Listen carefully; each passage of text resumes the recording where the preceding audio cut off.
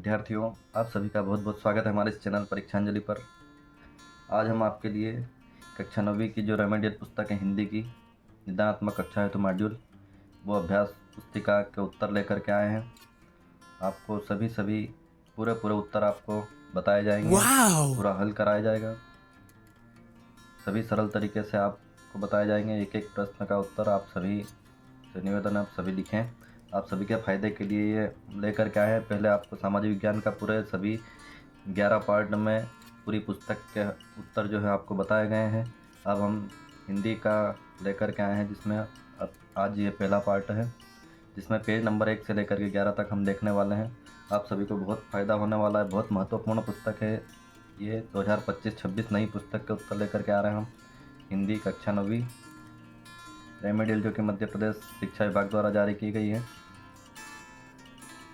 विशेष module का निर्माण किया गया ताकि सरल प्रश्नों का समावेश और छोटे उत्तर जो कि आपको परीक्षा में बहुत ज़्यादा फायदेमंद साबित हो सकते हैं। इसमें दे रखे हैं कि परीक्षा में किस प्रकार से अंक आवंटित होंगे। अपठित बोध में 4 नंबर, पत्र लेखन के 4 नंबर, निबंध लेखन के 7, क्षितिज भाग में 17 और काव्यखंड में 17 नंबर, काव्य बोध के 10 नंबर, भाषा बोध 8 नंबर, कृतिका वाले भाग से 8 नंबर, कुल जो है वो 23 प्रश्न आने वाले हैं। आगे बढ़ते हैं। अलग अलग आपके पार्ट दे रखे हैं, कौन सा पार्ट क्या है। आपको इन पार्ट की जो विधा है उनको भी याद करना है। कवि लेखक के बारे में भी याद करना, निश्चित रूप से इसमें से भी प्रश्न आते हैं। आगे बढ़ते हैं। पहला इकाई 6 के बारे में दे रखा है, अपठित बोध या काव्यांश या गद्यांश, जिसमें पहला दे रखा है निम्नलिखित गद्यांशों को पढ़कर नीचे लिखे प्रश्नों के उत्तर लिखिए। तो गद्यांश दे रखा था, अंग्रेजी में कहावत दी गई, सत्य के बाद स्वच्छता का स्थान है। इस प्रकार से स्वच्छता के बारे में पूरा पैराग्राफ दे रखा है।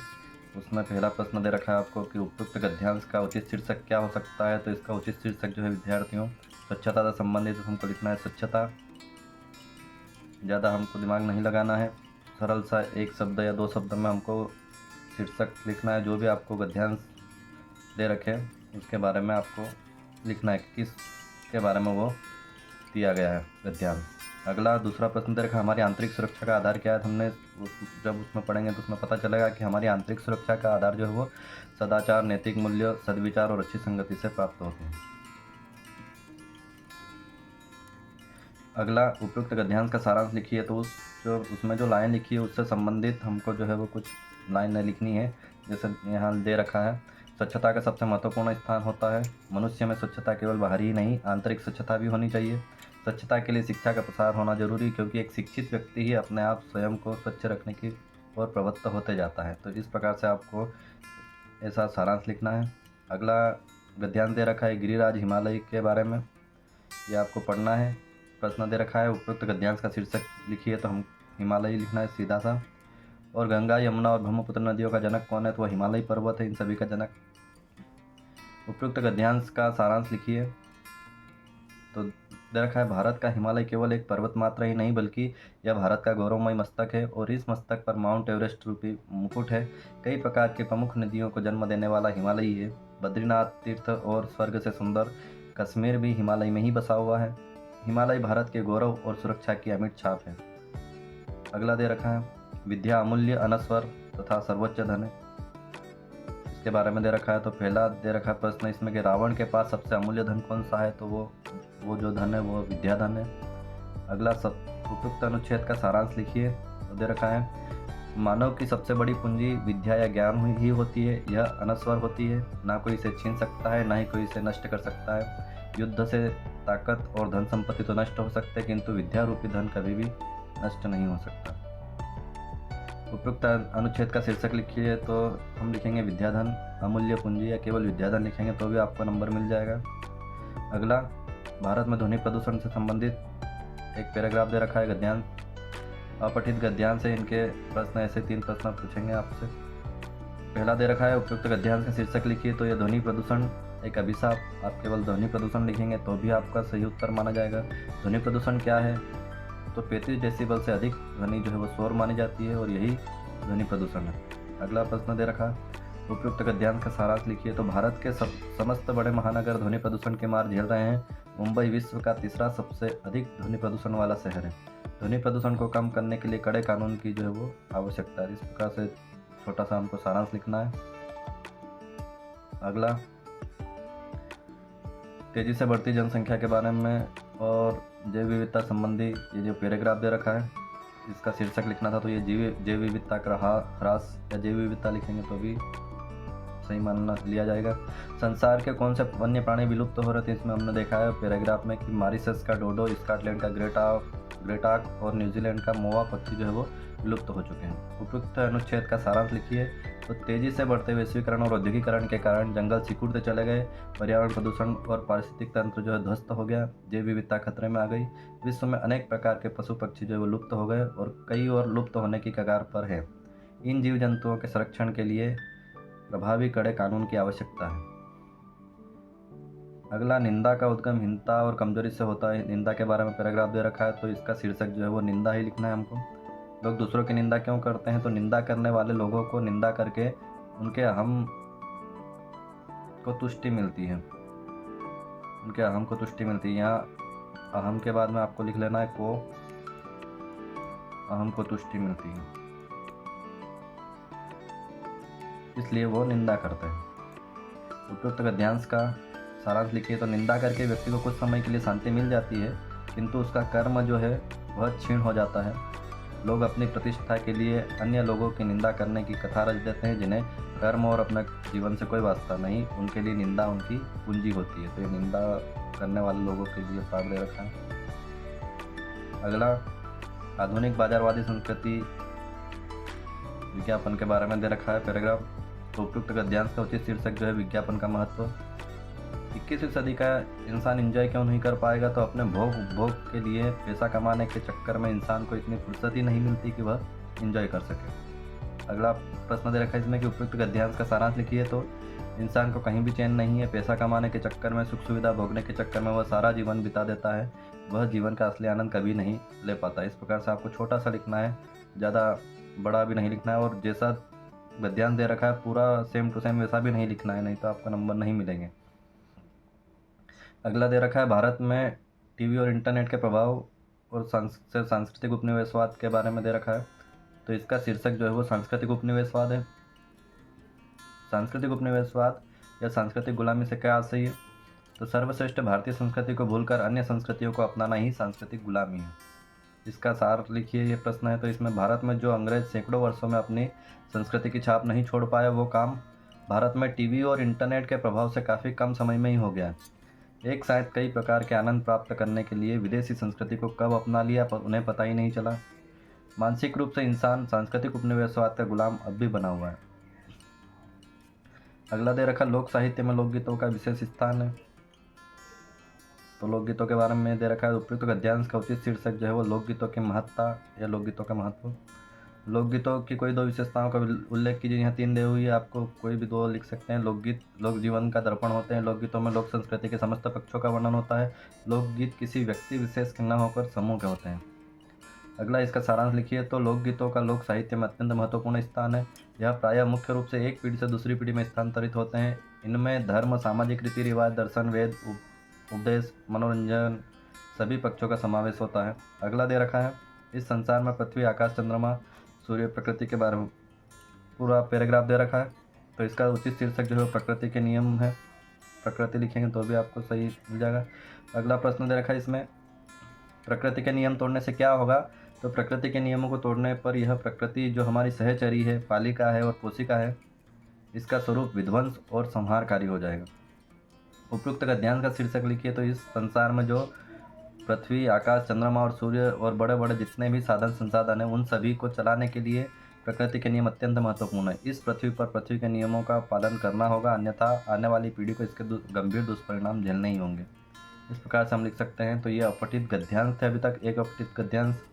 Thank you. उसके अथवा में आएगा एक यहाँ पर अपठित काव्यांश आएगा। आपको कोई सा भी कविता उसके बारे में आपको प्रश्न पूछे जाएंगे और वो आपको उत्तर लिखना है। तो अब अपठित काव्यांश के बारे में देखते हैं। निम्नलिखित काव्यांशों को पढ़कर नीचे लिखे प्रश्न का उत्तर लिखिए। पहला दे रखा है, जो जल बाड़े नाव में, घर में बाड़े दाम, दोनों हाथ उलीचिए यही सयानों काम। पहला प्रश्न दे रखा है कि नाव में पानी बढ़ने पर क्या करना चाहिए। तो नाव में पानी बढ़ने पर उसको दोनों हाथों से उलीचना चाहिए। उलीचते हैं, बाहर निकालते हैं।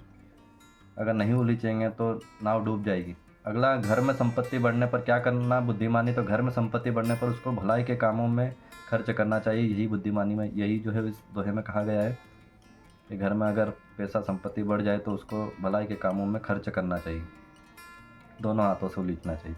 अगला, उपयुक्त पंक्तियों का भावार्थ स्पष्ट की। तो जिस प्रकार नाव में पानी बढ़ने पर उसको दोनों हाथों से उलीचना चाहिए, उसी प्रकार घर में संपत्ति या धन बढ़ने पर उसको दोनों हाथों से भलाई के कामों में खर्च करना चाहिए। यही बुद्धिमानी है। तो सरल तरीके से आपको उत्तर आसानी से आप लिख सकते हैं, अच्छे नंबर आप प्राप्त कर सकते हैं। अगला, कल जो हमारी सभ्यता पर हंसे थे अज्ञान से, आज लज्जित हो रहे हैं अधिक अनुसंधान से। जो आज प्रेमी हैं हमारे भक्त कल होंगे वही, जो आज व्यर्थ विरक्त है अनुरक्त कल होंगे वही। पहला प्रश्न देखा है, हमारी सभ्यता पर लोग क्यों हंस रहे थे। तो हमारी सभ्यता पर लोग जो है वो अंधकार अज्ञान के कारण हंस रहे थे, हमारे अज्ञान के कारण हंस रहे थे, जो अंग्रेज लोग आए थे। अनुरक्त का विलोम लिखिए। तो अनुरक्त का विलोम शब्द जो है वो विरक्त होता है विद्यार्थियों। आज कौन लज्जित हो रहे हैं। तो जो लोग हमारी सभ्यता पर हमारे अज्ञान के कारण हम पर हंस रहे थे वही लोग आज जो है अधिक अनुसंधान के कारण लज्जित हो रहे हैं। जो हंस रहे थे हम पर अज्ञान के कारण, वो आज हमारा भारत जो है इतना आविष्कार के कारण आगे बढ़ गया है, आधुनिकीकरण के कारण, तो अब वो खुद लज्जित हो रहे हैं। उपयुक्त काव्यांश का शीर्षक लिखिए। तो ज्ञान और विज्ञान का महत्व हम लिख सकते हैं इसमें।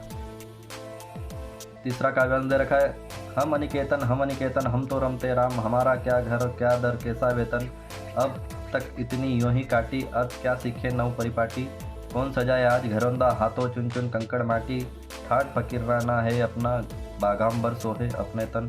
इसका शीर्षक लिखना। तो अनिकेतन के बारे में दिया गया है। कभी अपने आप को अनिकेतन क्यों कहता है। तो क्योंकि उसे ना तो अपने घर बार की चिंता है और ना ही वेतन या भौतिक सुख सुविधाओं की चिंता है। अगला, उक्त पंक्तियों का भावार्थ स्पष्ट कीजिए। तो इस उपयुक्त पंक्तियों में इसको उपयुक्त करना है आपको। यहाँ पर उपयुक्त लिखा है,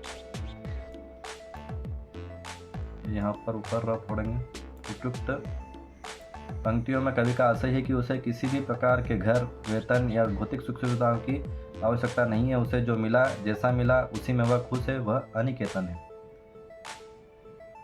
अगला, कई दिनों तक चूल्हा रोया चक्की रही उदास, कई दिनों तक कानी कुतिया सोई उसके पास, कई दिनों तक लगी भीत पर छिपकलियों की गश्त, कई दिनों तक चूहों की भी हालत रही शिकस्त। कई दिनों से चक्की उदास क्यों थी। तो सूखे की स्थिति के कारण अनाज की कमी पड़ गई, इससे जो है वो चक्की उदास थी। उक्त पंक्तियों में कौन सी प्राकृतिक आपदा की ओर इशारा करती है। तो ये जो पंक्तियां हैं ये सूखा या अनावृष्टि प्राकृतिक आपदा की ओर इशारा करती है। उक्त पंक्तियों का भावार्थ स्पष्ट कीजिए। तो अनाज की कमी से सभी परेशान है, कई दिनों तक चूल्हा रोता है क्योंकि रोटी बनाने के लिए अनाज नहीं है, चक्की उदास रहती है क्योंकि पिसने के लिए अनाज नहीं है, कई दिनों तक कुतिया उस चक्की के पास सोती है क्योंकि उसके पास भी खाने को कुछ नहीं है, छिपकलियों की भी दीवारों पर लगातार गश्त रहती है क्योंकि उनके पास भी खाने को नहीं है, कई दिनों तक चूहे की भी हालत खराब है क्योंकि अनाज ही नहीं है, सूखा पड़ गया है, वो इस काव्यांश में बताया गया है। अगला 5वां दे रखा है, माँ तुम्हारा ऋण बहुत है मैं अकिंचन, किंतु इतना कर रहा फिर भी निवेदन, थाल में लाऊं सजाकर भाल जब भी, कर दया स्वीकार लेना वह समर्पण, ज्ञान अर्पित प्राण अर्पित रक्त का कण कण समर्पित, चाहता हूँ देश की धरती तुझे कुछ और भी दूँ। इसका शीर्षक लिखना है। तो पहले इसका शीर्षक जो है मातृभूमि से संबंधित एक काव्यांश दिया हुआ है, तो हमको लिखना है मातृभूमि। तो मातृभूमि प्रेम। कवि भारत को क्या अर्पित करना चाहता है। तो कवि भारत माता को अपना ज्ञान प्राण रक्त का कण कण और सब कुछ समर्पित करना चाहता है। देश की धरती का हम पर क्या ऋण है। तो देश की धरती ने हमें रहने के लिए घर दिया, खाने के लिए भोजन दिया, शुद्ध हवा पानी पेड़ पौधे आदि अमूल्य चीज़ें दिए, इसलिए देश की धरती का जो है हम पर बहुत बड़ा ऋण है, इसको हम नहीं चुका सकते हैं। अगला दे रखा है 6, गगन गगन तेरा यश फेरा, पवन पवन तेरा बल गहरा, क्षिति जल नभ पर डाल हिंडोले, चरण चरण संचरण सुनहरा, ओ ऋषियों के देश प्यारे भारत देश। इसका शीर्षक लिखिए। तो इसका जो है प्यारा भारत देश के बारे में दिया हुआ है। अगला, आप अपने देश को प्यार क्यों करते हैं। तो हमारे देश की संस्कृति ऐतिहासिक धरोहर परंपरा संपदा अमूल्य है, विशिष्ट है, यह ऋषि मुनियों तपस्वियों की भूमि है, इसलिए हम अपने देश से जो है वो प्यार करते हैं। इसका भावार्थ लिखना है 3 में। तो प्रस्तुत काव्यांश में हम भारत देश की महिमा का वर्णन किया गया है। भारत पूरे विश्व में अपना यश फैला रहा है, हवा में, क्षितिज में, जल में, नभ में और पग पग पर अपना भारत जो है अपनी चमक दिखा रहा है। यह ऋषि मुनियों तपस्वियों का देश है, यह मेरा प्यारा भारत देश है। 7वां दे रखा है जी, पहले कुछ दिन शर्म लगी मुझको, पर बाद बाद में अक्ल जगी मुझको। जी, लोगों ने तो बेच दिए अरमान जी, आप न हो सुनकर ज़्यादा हैरान, मैं सोच समझ कर आखिर अपने गीत बेचता हूँ। जी हाँ हुजूर, मैं गीत बेचता हूँ। तो इसका काव्यांश का शीर्षक जो है गीत बेचने की व्यथा है। एक गीतकार जो है गीत हमारा क्यों बेचता है उसका, तो वो बता रहा है कि लोगों ने अपना ईमान बेच दिया, सब कुछ बेच दिया, तो मैं क्यों शर्म करूँ अपने गीत को बेचने के लिए। तो कवि को गीत बेचने में शर्म क्यों आती है, तो कवि को गीत बेचने में शर्म इसलिए नहीं आती क्योंकि वह जिस समाज में रहते हैं वहाँ तो लोगों ने अपने ईमान तक बेच दिए, तो उन्हें अपने गीत बेचने में तनिक भी शर्म नहीं आ रही। उपयुक्त काव्यांश का भावार्थ लिखिए, तो उपयुक्त, यहाँ भी उपयुक्त उपयुक्त लिख दिया गया, उपयुक्त करना है। उपयुक्त काव्यांश में कवि समाज की सच्चाई को महसूस कर बुराइयों के बारे में इंगित कर रहे हैं और कहते हैं कि मैं तो सिर्फ मेरे गीत बेचता हूँ, लेकिन समाज के लोग यहाँ अपना ईमान तक बेच चुके हैं, तो मुझे अपने गीत बेचने में किस प्रकार की शर्म। 8वां दे रखा है यहाँ पर, समय का सबसे कहना है जीवन चलते रहना है, इसको मत बर्बाद करो, सदा काम की बात करो। फूल सदा मुस्कुराते हैं, हमको यह समझाते हैं, जीवन हंसते रहना है, सुख दुख भी सहना है। कर्म ही जिसकी प्रीत है, सत्य से जिसको प्रीत है, अंत में उसकी जीत है, समय भी उसका मीत है। तो उपयुक्त काव्यांश का उचित शीर्षक जो है हमको लिखना है समय की कीमत के बारे में दिया हुआ है। समय की कीमत, समय किसका मित्र है, तो जो सच्चाई के साथ अपना कर्म करता रहता है उसी का जो है वो समय मित्र होता है। उपयुक्त काव्यांश का भावार्थ लिखित, इसमें कहा गया कि इस काव्यांश में कवि ने समय के महत्व को बताया है कि समय सबसे अमूल्य है, इसे व्यर्थ बर्बाद नहीं करना चाहिए, हमेशा काम की बात करना चाहिए, इसलिए सच्चाई से हमें हमारा कर्म करते रहना चाहिए, इससे अंत में हमारी ही जीत होती है और जो ऐसा करता है उसी का समय भी जो है वो मित्र बनता है। अगला दे रखा है नन्ही चींटी है प्राणी सामाजिक, वह श्रमजीवी है वह सुनागरिक, देखा चींटी को उसके जी को भूरे बालों की सी कतरन, छुपा नहीं उसका छोटापन, वह समस्त पृथ्वी पर निर्भर विचरण करती श्रम में तन्मय, वह जीवन की तिनगी अक्षय। उपयुक्त काव्यांश का उचित शीर्षक जो है हमको लिखना था, तो वो श्रम का महत्व के बारे में बताया गया है। नन्ही चींटी की क्या विशेषता है, तो नन्ही चींटी की विशेषता है कि वह श्रमजीवी है, वह एक अच्छी नागरिक भी, और वह अपना काम करती है, छोटी होकर के भी वह बड़ा काम करती है, अपने से 8 गुना उठाती है। उपयुक्त काव्यांश का भावार्थ लिखिए, तो कवि यहाँ श्रम का महत्व बताते हुए नन्ही चींटी के बारे में कहते हैं कि नन्ही चींटी ही सामाजिक प्राणी है, वही श्रमजीवी है और वही एक अच्छी नागरिक भी है। देखो उस चींटी को, क्योंकि वह छोटी होते हुए भी अपना बड़ा बड़ा काम करती है, अपने वजन से 8 गुना भार उठाती है और तनिक भी उसको डर नहीं है, हमेशा जो है वो मेहनत करती रहती। कितना मेहनत करती, श्रमजीवी वो चींटी ही है। इंसान तो आलसी बन गया है। इस प्रकार से ये पेज नंबर 11 तक हमने आज इसको ये अपठित गद्यांश और अपठित काव्यांश जो है वो हमने पूरा कर लिए विद्यार्थियों। आगे जो है आपको अगले पार्ट में आपको बताया जाएगा। निश्चित रूप से आपको अच्छा लगा होगा। अगर आपको अच्छा लगा हो तो चैनल को ज़रूर से ज़रूर सब्सक्राइब करें और वीडियो को ज़रूर लाइक करें और अपने साथी दोस्तों को भी भेजें, ताकि सभी को जो है वो ज़्यादा से ज़्यादा फ़ायदा हो सके और परीक्षा में उनको अच्छे अंक प्राप्त हो सकें। हम आपके लिए और भी वीडियो बनाने वाले हैं। आगे के जो इसके दे रखे हैं पार्ट, उसके सरल सरल उत्तर जो है आपको और कहीं नहीं मिलेंगे। आपको भटकना नहीं है, आपको आसानी से सरल और सटीक उत्तर जो है आपको हमारे इसी चैनल पर मिलेंगे। आप सभी सब्सक्राइब करें, बेल आइकन को दबाएं, ताकि अगला जब भी वीडियो अपलोड हो, जल्दी ही हम अपलोड करेंगे तो वो आपको उसका नोटिफिकेशन मिल जाए। इसलिए आप सभी चैनल को ज़रूर सब्सक्राइब करें। आप सभी हमारे साथ बने रहे, इसलिए आप सभी का बहुत बहुत धन्यवाद।